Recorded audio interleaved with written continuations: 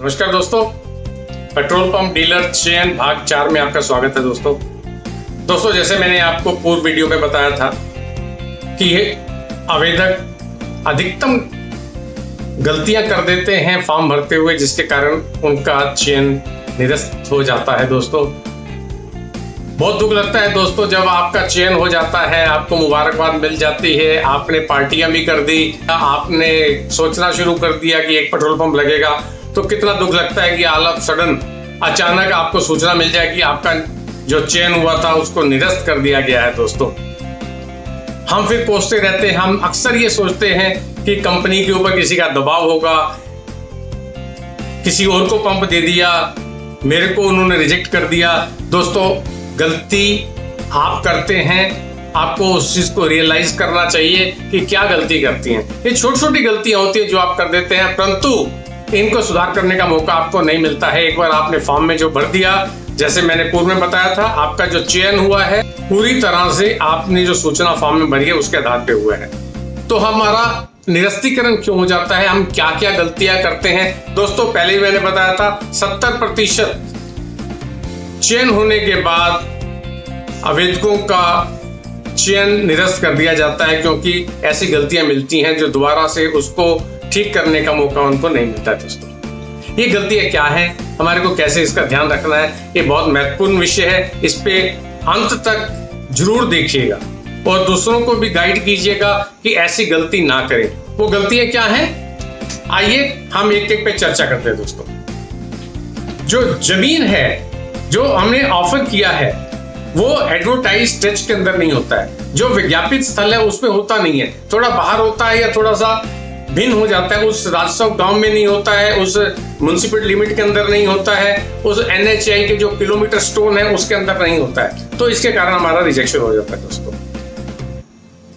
जो जमीन है, जो विज्ञापन के टाइम में जो उसका आकार बताया गया है, जो जमीन जब आप देते हैं तो उस आकार की नहीं होती है, आकार भिन्न होता है, तो इसलिए भी रिजेक्ट कर दी जाती है। जो जमीन है जो आपने दिया है वो रोड पे नहीं है, आपकी जमीन और रोड के बीच में किसी और की जमीन आ रही है, तो इसलिए भी आपका रिजेक्ट हो जाता है। दोस्तों ये लोकेशन नेशनल हाईवे की लोकेशन है, तो NHAI के जो नॉर्म्स है, जो नियम है, ये नियम आपकी जमीन को पूरे करने चाहिए। अगर ये नियम आपकी जमीन पूरी नहीं करती है तो आपका निरस्त हो जाएगा। दोस्तों रूरल आरोप के लिए यानी ग्रामीण आरोप के लिए आवेदन कर रहे हैं, तो जो आप द्वारा जो जमीन दी जा रही है वो रूरल लोकेशन में ही होनी चाहिए, अर्थात ना तो स्टेट हाईवे पे होनी चाहिए, ना नेशनल हाईवे पे होनी चाहिए, ना म्युनिसिपल सीमा के अंदर होनी चाहिए। आपको ये विशेष ध्यान देना है दोस्तों कि जिस दिन विज्ञापन आया है उस दिन उस जमीन का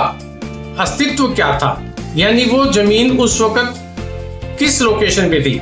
हो सकता है कि आप ये मान के चल रहे हैं कि ये रूरल की जमीन है, जबकि विज्ञापन आने से पहले उसका नोटिफिकेशन सरकार द्वारा कर दिया गया है कि उस रोड को स्टेट हाईवे में कन्वर्ट कर दिया गया है, या नेशनल हाईवे कन्वर्ट में कर दिया गया है, या उसको नगर सीमा के अंदर ले लिया गया है। दोस्तों अगर ऐसा है, विज्ञापन आने से पहले ही उसको बदल दिया गया है, तो आपका रिजेक्शन हो जाएगा। दोस्तों हाँ, अगर ये बदलाव विज्ञापन की तिथि के बाद हुआ है तो आपका कोई दोष नहीं है, आपके लिए पंप लगा दिया जाएगा। दोस्तों तो आप ध्यान रहें, आपको ये जानकारी भी दे दें कि आपको कैसे पता लगेगा कि नेशनल हाईवे है कि स्टेट हाईवे है। दोस्तों नेशनल हाईवे पे जो पत्थर किलोमीटर स्टोन रहता है उसका पीला रंग होता है दोस्तों, और जो स्टेट हाईवे पे पत्थर लगे रहते हैं उसका हरा रंग होता है। दोस्तों कई बार क्या होता है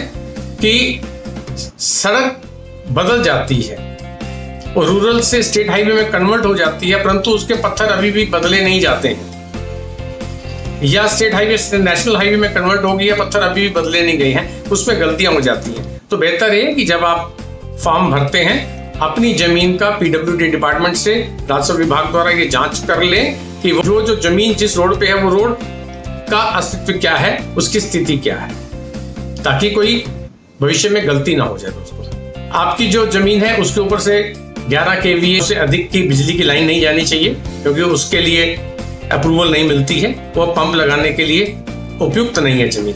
टाइटल क्लियर होना चाहिए दोस्तों, जमीन किसकी है वो क्लियर होना चाहिए। कई बार ये आता है कि जमीन किराए पे ले ली 19 साल 11 महीने के लिए, जो किराए पे दे रहा है वो उसका मालिक ही नहीं है, वैलिड पावर ऑफ टर्नी होल्डर भी नहीं है। तो ऐसी गलती ना करें, टाइटल एकदम क्लियर होना चाहिए, नहीं तो रिजेक्ट हो जाएगा दोस्तों। जो लीज है वो अफेक्टिव होनी चाहिए जिस दिन आप आवेदन कर रहे हैं ऑनलाइन। ऐसा नहीं हो कि उसके अंदर ये क्लास लिखी जाए ये उस तारीख से प्रभावित होगी जिस तारीख से पंप मिलेगा, ऐसा नहीं है। आपके पास उस दिन का कब्जा भी होना चाहिए जिस दिन आप आवेदन कर रहे हैं दोस्तों, जिस दिन आप ये जमीन आवेदन फॉर्म में भर रहे हैं दोस्तों।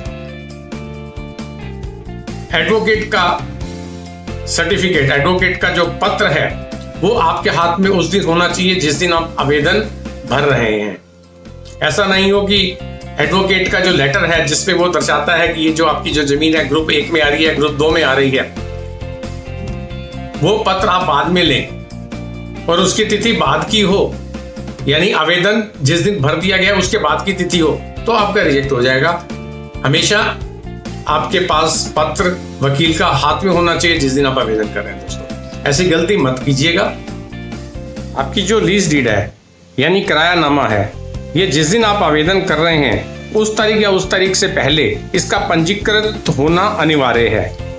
अगर ये केवल नोटराइज है या नोटराइज भी नहीं है और आप उसको दर्शा देते हैं आवेदन पत्र में कि ये पंजीकृत है और बाद में एलईसी के टाइम या किसी भी समय ये पता लगता है कि ये रजिस्टर्ड नहीं है, तो आपका जो चयन है वो कैंसिल हो जाता है। और एक और गलती जो हम अधिकतर कर देते हैं दोस्तों वो है कि जमीन एक्वायर कर ली गई है गवर्नमेंट द्वारा, जिस जमीन पे आप प्रस्ताव दे रहे हैं, जिस जमीन का प्रस्ताव आप कंपनी को दे रहे हैं, वो विज्ञापन से पहले ही एक्वायर कर ली गई है। उसका नोटिफिकेशन, गजट नोटिफिकेशन जियो आ चुका है कि वो सड़क की एक्सपेंशन में या किसी भी गवर्नमेंट के काम के लिए उस जमीन को एक्वायर कर लिया गया है, तो उस जमीन पे पंप नहीं लगेगा। तो दोस्तों ये कुछ मैंने आपको जानकारियां दी है जो अक्सर गलतियां होती हैं जिसके कारण निरस्तीकरण हो जाता है दोस्तों। तो मेरा कहने का मतलब ये है कि जब भी आप फॉर्म भरें तो ध्यान से भरें,